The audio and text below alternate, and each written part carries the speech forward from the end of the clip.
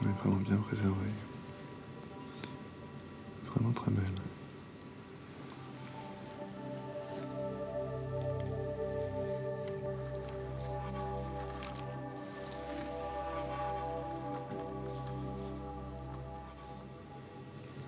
Il y a encore quelques poils de moustache qui restent.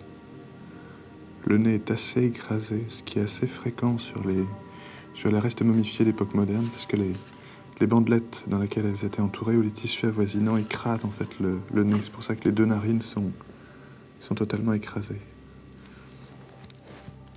Je pense que c'est une étude paléopathologique qui va être passionnante, parce qu'on a rarement des restes aussi bien conservés que ça.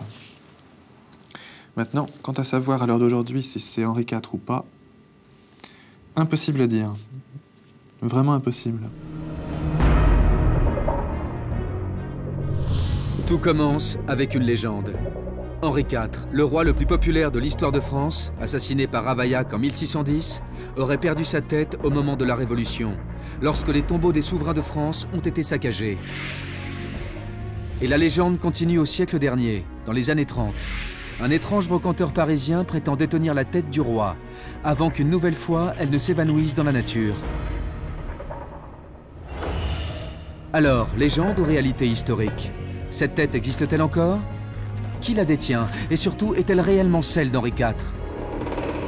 Pour des journalistes passionnés d'histoire, l'énigme était trop belle. En 2008, nous décidons de partir sur les traces de cette prétendue tête royale. Durant 2 années d'investigation, notre aventure nous fait parcourir 4 siècles d'histoire, en France, mais aussi en Italie et en Allemagne. 2 années pour répondre à 3 questions simples. Henri IV a-t-il perdu sa tête? Où se trouve celle que possédait le brocanteur? Et si nous la retrouvons, comment les scientifiques pourront-ils résoudre le mystère de son identité?